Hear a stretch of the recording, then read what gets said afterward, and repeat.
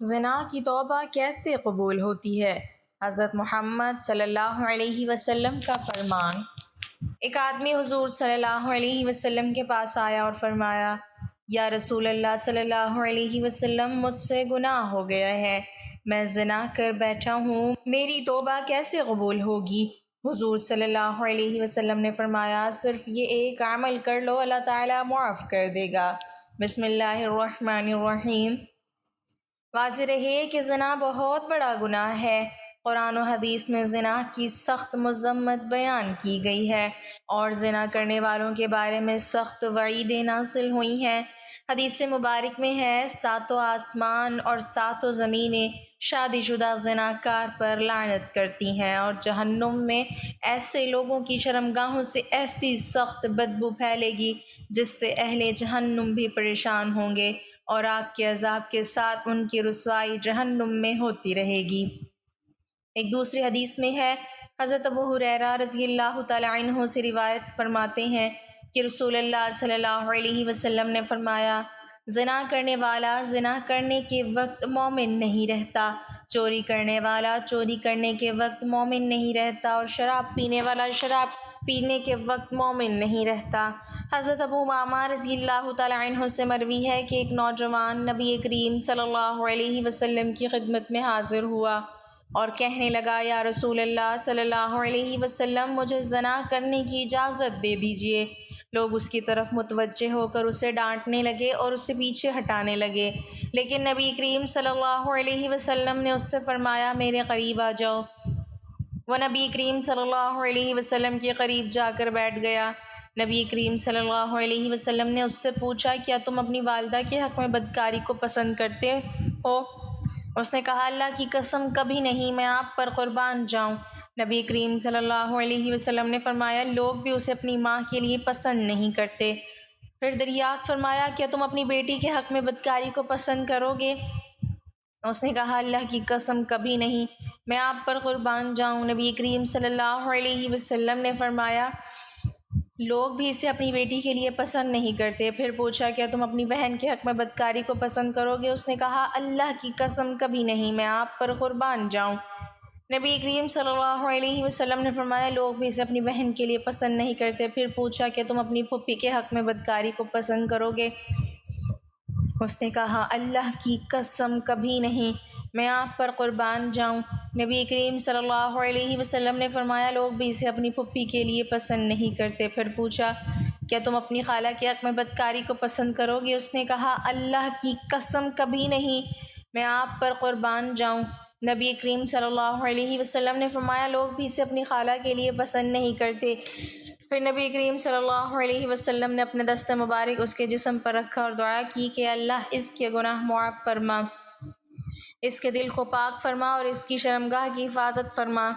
راوی کہتے ہیں، اس کے بعد اس نوجوان نے کبھی کسی کی طرف توجہ بھی نہیں کی۔ نیز واضح رہے کہ ہر گناہ اللہ تعالیٰ کی نافرمانی اور اس کی اطاعت و فرما برداری سے اعراض ہے، اور اللہ تعالیٰ کا نافرمان دنیا و آخرت میں کہیں چین و سکون نہیں پا سکتا۔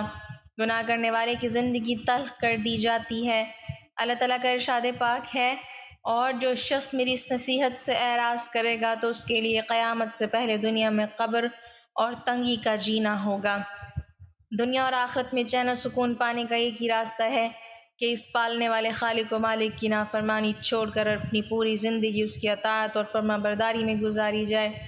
پھر اللہ پاک اپنے بندے کو پاکیزہ اور بالطف زندگی عطا فرمائیں گے اور آخرت میں خوب اجر و ثواب سے نوازیں گے۔ سورہ نحل میں اللہ تعالیٰ کا ارشاد ہے، جو شخص کوئی نیک کام کرے گا، خواہ وہ مرد ہو یا عورت، بشرط صاحب ایمان ہو، کیونکہ کافر کے اعمال صالحہ مقبول نہیں، تو ہم اس شخص کو دنیا میں تو بالطف زندگی دیں گے اور آخرت میں ان کے اچھے کاموں کے عوض میں ان کا اجر دیں گے۔ دین اسلام میں مایوسی بالکل نہیں ہے۔ انسان خطا کا پتلا ہے، گناہ انسان کی فطرت میں داخل ہے، لیکن بہترین وہ شخص جو گناہ کر کے اس پر قائم نہ رہے بلکہ فوراً توبہ کر کے اللہ تعالیٰ سے معافی مانگ لے۔ نبی کریم صلی اللہ علیہ وسلم نے ارشاد فرمایا، ہر بنی آدم یعنی انسان بہت زیادہ خطا کار ہے، اور لیکن اللہ تعالیٰ کے نزدیک بہترین خطا کار وہ ہیں جو کثرت سے توبہ کرنے والے ہوں۔ حضرت حذیفہ بن یمان سے مروی ہے کہ نبی کریم صلی اللہ علیہ وسلم نے ارشاد فرمایا، اے مسلمانوں، زنا سے بچو، اس لیے کہ اس میں 6 نقصانات ہیں، 3 دنیا میں اور 3 آخرت میں۔ دنیا کے 3 نقصانات یہ ہیں: نمبر 1، زنا کرنے والے کے چہرے کی رونق ختم ہو جاتی ہے۔ نمبر 2، مسلسل غربت۔ نمبر 3، عمر کا کم ہو جانا۔ آخرت میں پیش آنے والی 3 چیزیں یہ ہیں: نمبر 1، اللہ کی ناراضگی۔ نمبر 2، برا حساب و کتاب۔ اور نمبر 3، دوزخ کی آگ میں ہمیشہ رہنا۔ زنا سے چہرے بے رونق اور بے نور ہو جاتے ہیں۔ مذکورہ والا حدیث کی روشنی میں پتہ چلا کہ زنا کرنے والوں کو دنیا میں سخت ذلت و رسوائی سے دوچار ہونا پڑتا ہے، جن میں پہلی سزا یہ کہ زنا کرنے والے کے چہروں کی رونق ختم ہو جاتی ہے اور ان کے چہروں سے ہمیشہ ذلت و خواری کی علامت ظاہر ہوتی ہے۔ ایک دوسرے مقام پر نبی کریم صلی اللہ علیہ وسلم نے ارشاد فرمایا، تم لوگ ضرور اپنی نگاہوں کی حفاظت کرو اور اپنے چہرے کو سیدھا رکھو، ورنہ تمہارے چہروں کو بے نور کر دیا جائے گا۔ زنا سے فکر و فاقہ اور مسکنت پیدا ہوتی ہے۔ حضرت عبداللہ بن عمر رضی اللہ تعالی عنہ سے مروی ہے کہ آقا صلی اللہ علیہ وسلم نے ارشاد فرمایا، جب حکمران ظلم کریں تو آسمان سوکھ جاتا ہے، جب زکوٰۃ روک لی جائے تو مویشی ہلاک ہو جاتے ہیں، جب زناکاری پھیل جائے تو فکر و فاقی اور مسکنت عام ہو جاتی ہے، اور جب ذمے توڑنے جانے لگیں تو کافروں کو غلبہ دیا جاتا ہے۔ اسلامی معاشرے کی پاکیزگی کی حفاظت کرنا، ہر مسلمان کی عزت نفس اور روح کی طہارت باقی رکھنا اور اچھے نسب کے لوگوں کی ملاوٹ کو غلاظت سے دور کرنا زنا کے حرام ہونے کی حکمت ہے۔ عبرانی کی ایک صحیح روایت ہے کہ ابو العاص نبی صلی اللہ علیہ وسلم سے روایت کرتے ہیں کہ آپ صلی اللہ علیہ وسلم نے فرمایا، روزانہ آدھی رات کے وقت آسمان کے دروازے کھول دیے جاتے ہیں اور ایک پکارنے والا فرشتہ پکارتا ہے کہ ہے کوئی دعا کرنے والا جس کی دعا قبول کی جائے، کوئی سوال کرنے والا جس کا سوال پورا کیا جائے، کوئی مصیبت زدہ جو دعا کرے اور اس کی مصیبت دور کر دی جائے۔ یعنی آدھی رات کے بعد دعائیں قبول ہونے لگ جاتی ہیں۔ ناظرین، اللہ تعالیٰ ہر دعا کرنے والے مسلمان کی دعا قبول فرماتا ہے سوائے زانیہ کے، جو اپنی شرمگاہ کے ذریعے غیر مرد کو سیراب کرتی ہے۔ زانیہ عورت جو زنا کے ذریعے مرد کا دل بہلاتی ہے، پھر اس کی دعا قبول نہیں ہوتی۔ زنا کرنے والے لوگ خود اپنے آپ کو اللہ کے عذاب کا مستحق بنا لیتے ہیں۔ حضرت عبداللہ بن عباس رضی اللہ تعالیٰ عنہ کہتے ہیں کہ رسول اللہ صلی اللہ علیہ وسلم نے فرمایا، جب کسی بستی میں زنا اور سود عام ہو جائے تو گویا اس بستی کے لوگوں نے اپنے آپ کو اللہ کے عذاب کا مستحق بنا لیا کہ ان پر کسی بھی طرح کا عذاب آ جائے۔ پھر اسی طرح زانی کو دنیا میں بھی اللہ کی طرف سے سزا مل کر رہتی ہے، یعنی یہ ایک ایسا جرم ہے کہ جس کی سزا دنیا میں بھی ملتی ہے۔ حضرت انس کہتے ہیں کہ رسول اللہ صلی اللہ علیہ وسلم نے فرمایا، 2 گناہ ایسے ہیں جن کی سزا میں جلدی کی جاتی ہے اور دنیا ہی میں دے دی جاتی ہے۔ نمبر 1، زنا۔ نمبر 2، والدین کی نافرمانی کرنے والا، ماں باپ کی بات نہ ماننا۔ اور اب یہ کہ جو شخص ایسی بیماریوں میں مبتلا ہو جاتا ہے، یعنی زنا جیسی بیماری میں مبتلا ہو جاتا ہے، تو پھر اس کا ایمان کیسے رخصت ہوتا ہے کہ اس کو گناہ چھپانے کے لیے جھوٹ پہ جھوٹ بولتا چلا جاتا ہے، ایک نہیں کئی جھوٹ بولتا ہے، اور جب کوئی انسان جھوٹ بولتا ہے تو اس کے منہ کی بدبو سے فرشتہ اس سے کئی میل دور چلا جاتا ہے، اس انسان سے اللہ تعالیٰ کی حفاظت ہٹ جاتی ہے اور وہ شخص ذلیل ہو کر رہتا ہے۔ دنیا میں بھی انسان پر طرح طرح کی بیماریاں اور طرح طرح کی مصیبتیں نازل ہوتی ہیں، پر بڑھاپے کی عمر میں زنا کرنا اللہ کے غضب اور غصے کو بھڑکاتا ہے۔ اللہ تعالیٰ قیامت کے دن 3 لوگوں سے غصے کی وجہ سے بات نہیں کریں گے اور نہ ہی جنت میں داخل ہونے کے لیے پاس کریں گے۔ ابو معاویہ حدیث کے راوی نے کہا، اور نہ ہی اللہ تعالیٰ ان کی طرف نظر کرم فرمائیں گے اور ان کے لیے دردناک عذاب ہے۔ نمبر 1، بوڑھا زانی، دوسرا جھوٹا حکمران، اور تیسرا متکبر فقیر۔ پھر اسی طرح جس بستی میں زنا عام ہو جائے وہاں موتیں بہت ہونے لگتی ہیں، موت کی کثرت ہو جاتی ہے، قتل کی کثرت ہو جاتی ہے۔ پھر اسی طرح کسی بھی غیر حاضر شخص کی بیوی سے زنا کرنے والے شخص پر اللہ تعالیٰ قیامت کے روز ایک سانپ مسلط کر دیں گے، یعنی کسی عورت کا شوہر کہیں گیا ہوا ہے اور ظاہر ہے کہ شوہر بیوی کا محافظ ہوتا ہے، اور اب اگر وہ اکیلی ہے تو اس کو اکیلا پا کر کسی نے اس کے ساتھ اگر برائی کی، ایسا شخص قیامت کے دن اس انجام سے دوچار ہوگا۔ عبداللہ بن عمر کہتے ہیں رسول اللہ صلی اللہ علیہ وسلم نے فرمایا جو شخص کسی غیر حاضر آدمی کی بیوی کے بستر پر آ کر بیٹھتا ہے اس کا انجام اس شخص جیسا ہے جسے قیامت کے روز زہریلے سانپوں میں سے ایک سانپ ڈسے گا۔ پھر ہمسائے کی بیوی سے زنا کرنے کا عذاب یا اس کی سزا کسی بھی دوسری عورت کے ساتھ زنا کرنے سے 10 گنا زیادہ ہے، کیونکہ ہمسایوں کے بھی کچھ حقوق ہیں۔ حضرت عبداللہ رضی اللہ تعالی عنہ بیان کرتے ہیں کہ میں نے رسول اللہ صلی اللہ علیہ وسلم سے پوچھا کون سا گناہ اللہ کے نزدیک سب سے بڑا ہے؟ آپ نے فرمایا یہ کہ تو اللہ کے ساتھ کسی کو شریک ٹھہرائے جبکہ اس نے تمہیں پیدا کیا ہے۔ وہ کہتے ہیں میں نے آپ سے عرض کی یہ تو واقعی بڑا گناہ ہے۔ وہ کہتے ہیں میں نے پوچھا پھر کون سا؟ آپ نے فرمایا تو اپنی اولاد کو اس اندیشے سے قتل کر دے کہ وہ تمہارے کھانے میں شریک ہوگی۔ وہ کہتے ہیں میں نے پوچھا پھر کون سا؟ آپ نے فرمایا پھر یہ کہ تو اپنے ہمسائے کی بیوی کے ساتھ زنا کرے۔ صحابہ رضی اللہ عنہم نے بڑے گناہوں سے متعلق دریافت کیا تو آپ صلی اللہ علیہ وسلم نے انہیں سب سے بڑے گناہ کے بارے میں بتایا کہ وہ شرک اکبر ہے جسے اللہ تعالیٰ صرف توبہ ہی سے بخشتا ہے۔ اگر شرک اکبر کا مرتکب بغیر توبہ کے مر گیا تو وہ ہمیشہ ہمیشہ جہنم میں رہے گا۔ دوسرا بڑا گناہ یہ ہے کہ آدمی اپنے بچے کو اس خوف سے مار دے کہ وہ اس کے ساتھ اس کے کھانے میں شریک ہوگا۔ چنانچہ کسی ایسی جان کو مار دینا جسے اللہ نے حرام کیا ہو اس کا مرتبہ بڑے گناہوں میں دوسرا ہے۔ گناہ اور اس کی سزا اور بھی زیادہ ہو جاتی ہے جبکہ منقول قاتل کا رحمی رشتہ دار ہو اور یہ اور بھی زیادہ ہو جاتی ہے جبکہ قتل کا مقصد مقتول کو اللہ کے اس رزق سے محروم کرنا جس سے اللہ نے قاتل کے ہاتھ پر جاری فرمایا ہے۔ پھر یہ کہ آدمی اپنے ہمسائے کی بیوی سے زنا کرے کبیرہ گناہوں میں تیسرا درجہ زنا کا ہے۔ اس کا گناہ اور بھی زیادہ بڑا ہو جاتا ہے جبکہ جس عورت سے زنا کیا جائے وہ ہمسائے کی بیوی ہو جس کے ساتھ شریعت نے حسن سلوک، نیکی اور اچھی صحبت کی نصیحت کی ہے۔ حضرت مقداد کہتے ہیں رسول اللہ صلی اللہ علیہ وسلم نے اپنے صحابہ سے دریافت فرمایا زنا کے بارے میں تمہارا کیا خیال ہے؟ صحابہ نے عرض کی زنا کو اللہ اور اس کے رسول نے حرام قرار دیا ہے لہٰذا وہ قیامت تک حرام ہے۔ پھر آپ صلی اللہ علیہ وسلم نے صحابہ کرام سے فرمایا ایک آدمی اگر 10 عورتوں سے زنا کرے تو یہ گناہ اس سے کم ہے کہ آدمی اپنے ہمسائے کی بیوی سے زنا کرے۔ ہمسائے کی بیوی سے زنا ایک تو حق ہمسائیگی پامال ہوتا ہے، اس کے علاوہ کیا وجہ ہے کہ اس کو زیادہ برا کہا گیا ہے؟ اعتماد کا رشتہ ہوتا ہے، ساتھ ساتھ گھر ہوتے ہیں تو سارے راز معلوم ہوتے ہیں کہ کس دن کون اکیلا ہے، کون گھر میں ہے یا نہیں ہے۔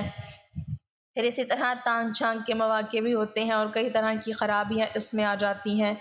کسی بھی وقت دماغ سکون میں نہیں رہتا، انسان ایک خوف کا شکار رہتا ہے۔ ناظرین کیا آپ کو پتہ ہے کہ آخرت میں ایسے شخص کا انجام کیا ہے؟ کسی کو معلوم ہے جو دنیا میں زنا کرتا ہے قیامت کے دن اس کا انجام کیا ہے؟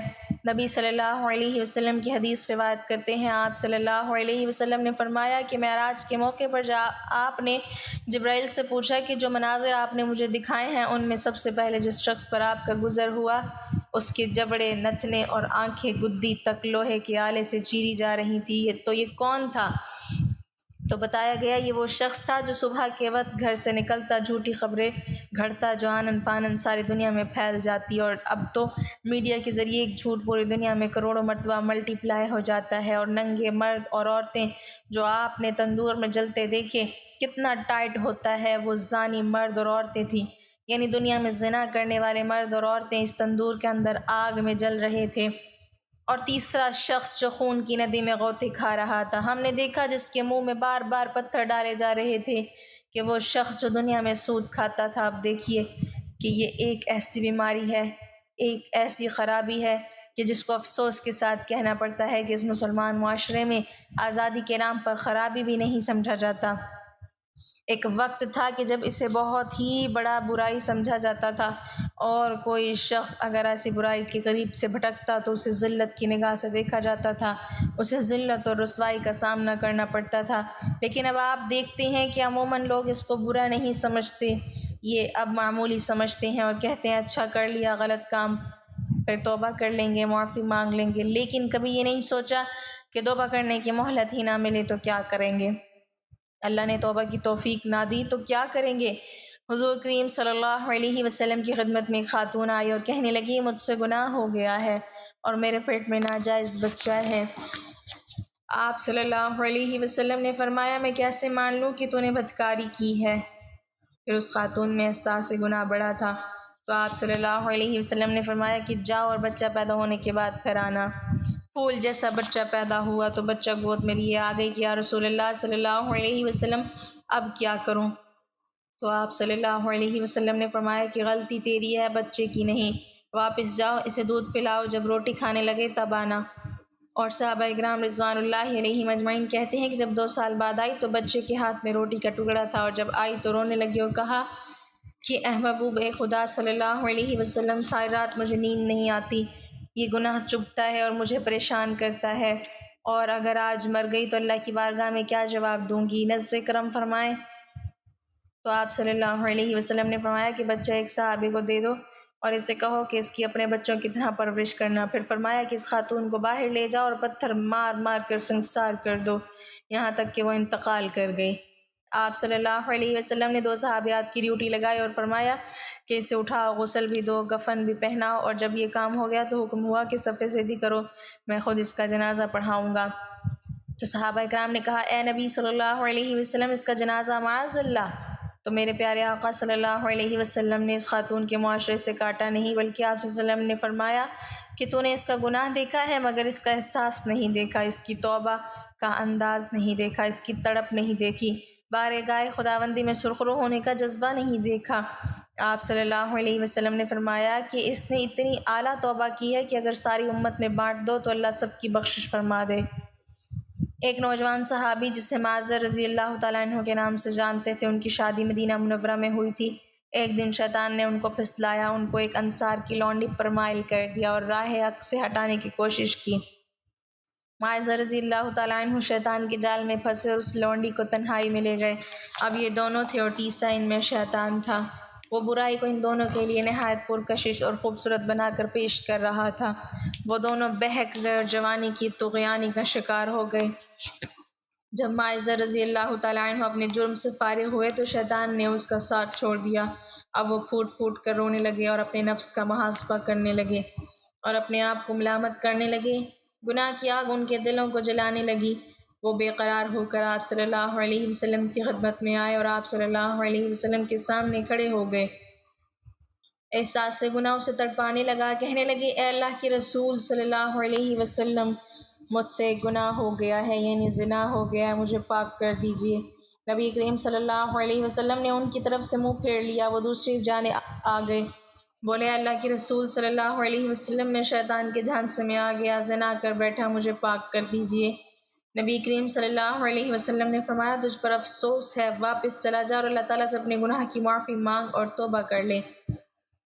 وہ تھوڑی دیر بعد پھر آ گیا، گناہ کی آگ نے اس کا آرام چھین لیا، وہ صبر نہ کر سکا۔ نبی کریم صلی اللہ علیہ وسلم نے اس کے بارے میں حکم دیا کہ اسے یہاں سے نکال دو۔ اسے نکال دیا گیا، وہ چوتھی مرتبہ پھر چلا آیا۔ نبی کریم صلی اللہ علیہ وسلم نے لوگوں سے پوچھا کیا دیوانہ ہے؟ لوگوں نے کہا اللہ کے رسول صلی اللہ علیہ وسلم، ہم تو اس میں ایسا کوئی مرض نہیں پاتے۔ آپ صلی اللہ علیہ وسلم نے فرمایا شاید اس نے شراب پی ہوئی ہے، اس لیے ایسی حرکتیں کر رہا ہے۔ ایک آدمی کھڑا ہوا، اس نے معذر رضی اللہ تعالیٰ عنہ کا منہ سونگا، اسے شراب کی کوئی بو محسوس نہیں ہوئی۔ نبی کریم صلی اللہ علیہ وسلم نے پوچھا تجھے پتہ ہے زنا کسے کہتے ہیں؟ اس نے کہا جی ہاں، میں ایک عورت کے ساتھ اس طرح حرام کا ارتکاب کر بیٹھا ہوں جسے ایک آدمی حلال طریقے سے اپنی بیوی کے پاس کرتا ہے۔ آپ صلی اللہ علیہ وسلم نے پوچھا اب اس بات سے تمہارا کیا مطلب ہے؟ اس نے کہا مجھے پاک کر دیجئے۔ نبی کریم صلی اللہ علیہ وسلم نے مکمل تفتیش کروائی، جرم ثابت ہونے پر حد جاری فرمائی۔ آپ صلی اللہ علیہ وسلم نے حکم دیا اور اسے سنسار کر دیا گیا۔ جب اس کی نماز جنازہ پڑھائی گئی، اسے دفن کر دیا گیا تو نبی کریم صلی اللہ علیہ وسلم 2 آدمیوں کے پاس سے گزرے۔ وہ آپس میں باتیں کر رہے تھے کہ دیکھو اس آدمی پر اللہ نے پردہ ڈالا تھا لیکن اس نے اپنے آپ کو خود ہی ہلاکت میں ڈال دیا، حتیٰ کہ اسے پتھر مار مار کر یوں ہلاک کر دیا گیا جیسے کتے مار دیے جاتے ہیں۔ نبی کریم صلی اللہ علیہ وسلم خاموش ہو گئے، پھر تھوڑا سا آگے چلے، ایک مردہ گدھا پڑا ہوا تھا، اسے دھوپ نے جلا دیا تھا اور وہ پھول گیا تھا۔ جب نبی کریم صلی اللہ علیہ وسلم نے اس گدھے کو دیکھا تو پوچھا فلاں فلاں آدمی کدھر ہے؟ وہ دونوں بولے اللہ کے رسول صلی اللہ علیہ وسلم ہم یہاں ہیں۔ آپ صلی اللہ علیہ وسلم نے فرمایا اترو اور اس گدھے کا گوشت کھاؤ۔ وہ حیران ہو کر بولے اللہ کے نبی بھلا اسے کون کھا سکتا ہے؟ آپ صلی اللہ علیہ وسلم نے فرمایا ابھی ابھی جو تم اپنے بھائی کی عزت پامال کر رہے تھے وہ اس گدھے کو کھانے سے بھی زیادہ بدتر ہے۔